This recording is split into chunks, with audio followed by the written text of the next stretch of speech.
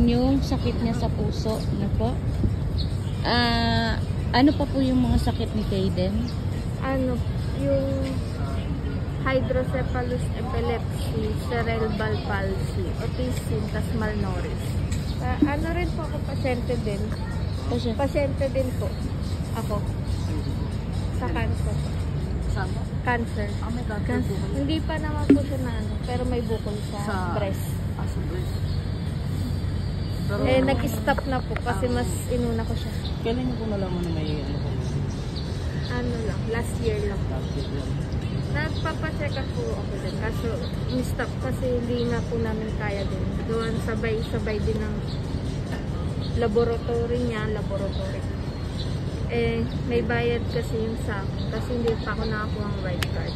Parang, Kaya, nag-stop ako. Stop yun sa akin. Sa kanya lang yung tinuloy ko.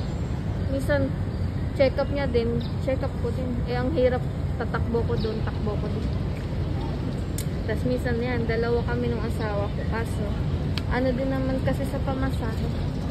Pag dalawa pa kami, laki din ang pamasahe. Driver po sa hardware. sa hardware. Doble-doble kasi pagka minsan sakto lang, 300. Balikan na namin. Minsan di na hindi na kami kumakain.